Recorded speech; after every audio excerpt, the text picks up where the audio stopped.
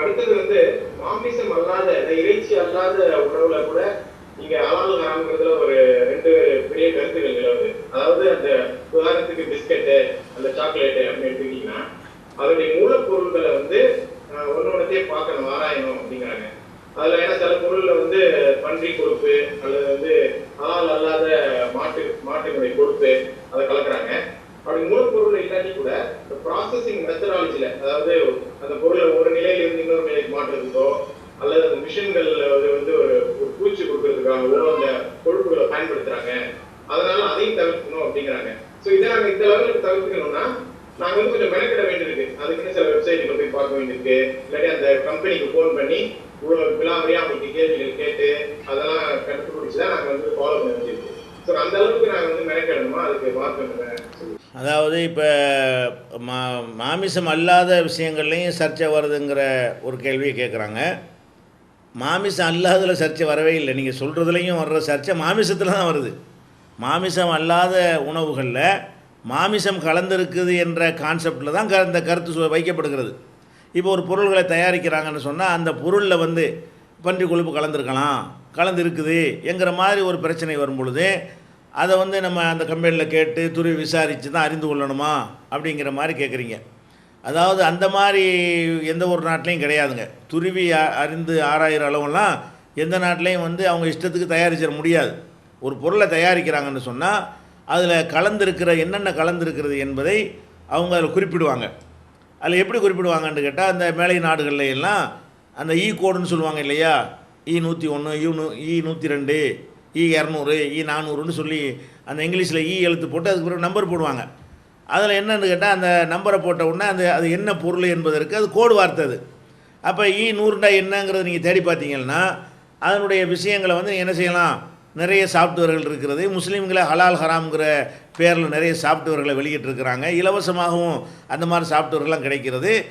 கோடுக்குன்னே தனியான சாஃப்ட்வேர்கள் எல்லாம் உங்களுக்கு கிடைக்கிறது. சின்ன சின்ன செல்ஃபோனில் இருந்து பெரிய பெரிய சிஸ்டங்கள் வரைக்கும் அந்த சாஃப்ட்வேரை வைத்து நீங்கள் என்ன செய்யலாம், ஒரு பொருளில் E120ன்னு போட்டிருந்தான்னு சொன்னால் E120 என்பது எந்த பொருளை சொல்கிறது என்றால் அந்த டீட்டெயில் பூரா அது கொடுத்துருப்பாங்க.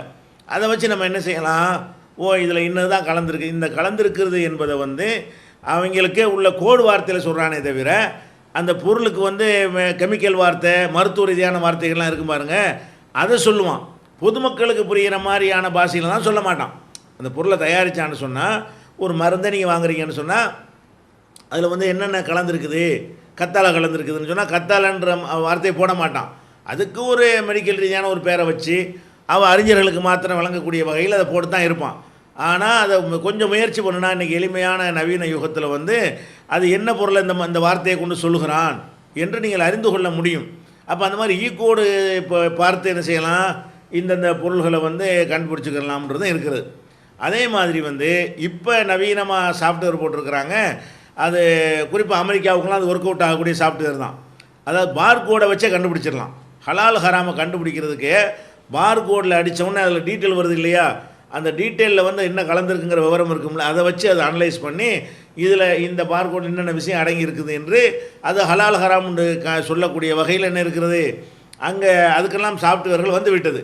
அதனால் கம்பெனிக்காரன்ட்ட போய் அடித்து கேட்க வேண்டிய தேவை இல்லாமல் ஒரு பிஸ்கெட்டை வாங்கினாலும் ஒரு பேஸ்ட்டை வாங்கினாலும் உண்ணக்கூடிய பயன்படுத்தக்கூடிய எந்த பொருளை வாங்கினாலும் அதில் என்னென்ன கலந்துருக்குது என்பதை அவன் நேரடி பேரில் சொல்லியிருப்பான், அல்லது கோடு போட்டு சொல்லியிருப்பான், அல்லது அந்த கெமிக்கலுக்குன்னு அவன் சில பேர் வச்சுருப்பானுவோ அந்த பேரை கொண்டு சொல்லியிருப்பான். அது இதை தான் குறிக்குது என்பதை போய் என்ன செய்யலாம், தேடி எடுத்துடலாம். அந்த கம்பெனியில் கேட்க வேண்டிய அவசியம் இல்லை. அந்த வகையில் உங்களுக்கு இதில் பன்றியோ இதை கலந்துருக்கும்னு தெரிய வருமையானால் அதை தவிர்த்து கொள்ள வேண்டியது. இந்தியா போன்ற நாடுகளில் அந்த மாதிரி பிரச்சனையும் கிடையாது. ஏன் கிடையாது என்று சொன்னால், இந்தியாவில் எப்படி இந்த ஹலால் ஹராமு பன்றி இதெல்லாம் கூடாது என்று நம்ம நம்பிக்கை கொள்கிறோமோ அதே மாதிரி இந்து மக்களுக்கும் ஒரு நம்பிக்கை இருக்கிறது.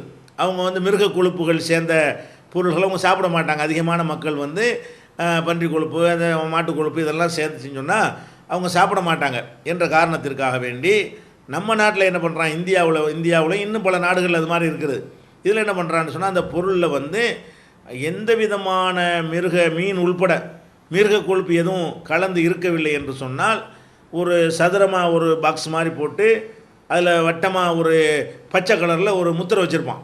அந்த பொருளை எடுத்தவுடனே பச்சை கலர் இருந்துச்சுன்னு சொன்னால் அது என்ன அர்த்தம்? ஏன்னா இந்திய அரசு அவன் எதுக்காக அதை போடுறான்னு கேட்டால், இந்த மாதிரி மிருக கொழுப்பு, பன்றி கொழுப்பு இதெல்லாம் வேண்டாம் என்று சொல்லக்கூடிய மக்கள் இருப்பாங்க, அவங்கள நீ ஏமாற்றிடக்கூடாது, நீ உன் பொருளில் இந்த மாதிரி அந்த அந்த முத்திரையை கவர்மெண்ட்டில் வாங்கணும், இந்த பொருளில் வந்து எந்த விதமான மிருக கொழுப்புகளோ மிருகத்தினுடைய சதைகளோ எலும்புகளோ எந்த உயிரினத்தினுடைய நான்வெஜ் எதுவுமே நான்வெஜ்ஜுன்னு சொல்லக்கூடிய எந்த ஒன்றுமே அதில் கலக்கப்படலை என்று காட்டுவதற்காக வேண்டி அதில் என்ன பண்ணுறான்னு கேட்டால், அந்த சதுரமாக ஒரு கட்டம் போட்டு நடுவில் வந்து ஒரு பச்சை கலரில் ஒரு ரவுண்டு வட்டம் போட்டு சின்ன பேஸ்ட்டாக இருந்தாலும் நீங்கள் பார்க்கலாம், ஒரு பிஸ்கட்டில் பார்க்கலாம், நம்ம நாட்டில் இந்தியாவில் எந்த பொருளை வாங்கினாலும் இன்னும் பல நாடுகளில் அதை கடைப்பிடிக்கிறாங்க.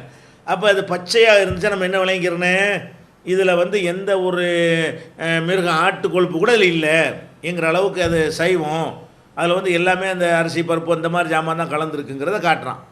அது அல்லது என்ன செய்வான்னு கேட்டால், முட்டைக்கு மட்டும் தனியாக வச்சுருக்கிறான், முட்டை மட்டும் கலந்துருக்குன்னு சொன்னால் அதுக்கு அதே மாதிரி ஒரு கட்டம் போட்டு ப்ரௌன் கலரில் அந்த வட்டமாக அதை வச்சுருப்பான், சதுரமாக ஒரு கட்டம் போட்டு நடுவில் வட்டமாக என்ன செஞ்சிருவான், ப்ரௌன் கலரில் கொடுத்துருந்தான்னு சொன்னால் இதில் முட்டை கலந்துருக்குது, இந்த கேக்கில் முட்டை மட்டும் கலந்துருக்குது என்று அர்த்தம், அதையும் நம்ம சாப்பிட்லாம்.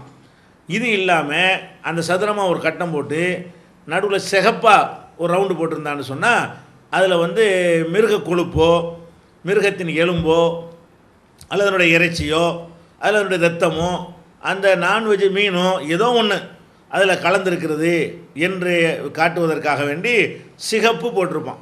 நம்ம நாட்டை பொறுத்த வரைக்கும் எந்த பேக்கிங் செய்யப்பட்ட பொருளாக இருந்தாலும் அந்த சிவப்பு கலர் சிம்பிள் இருந்தால் என்ன செய்ய வேண்டியதில் இந்தியாவில் வாங்கவே மாட்டாங்க.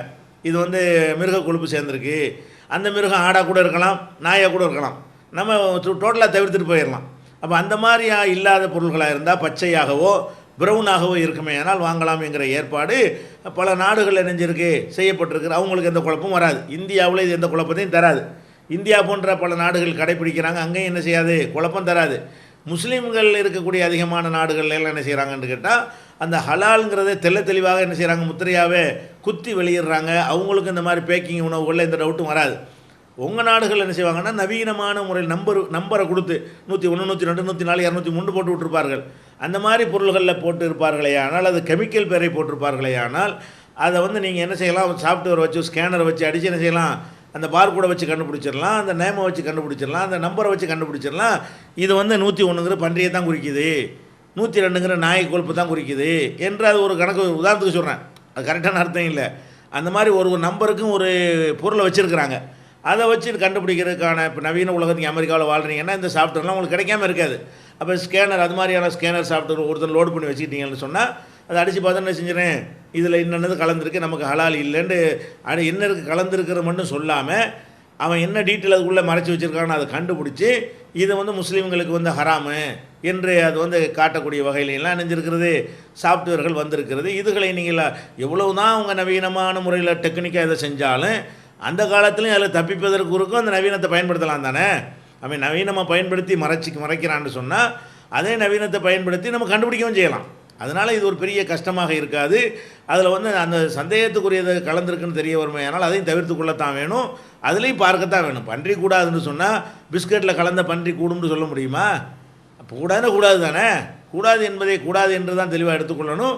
சரி தெரியலை, ஒரு பிஸ்கட் இருக்குது பசிக்கிறது ஒன்றும் அதில் போடப்படலை அப்படின்னு சொன்னால் துருவி ஆராய வேண்டிய தேவையில்லை. இதில் இன்னது கலந்துருக்குன்னு டவுட் வரும்போது விட்டுணுமே தவிர துருவி ஆராய வேண்டும் என்று மார்க்கத்தில் நமக்கு சொல்லப்படலை.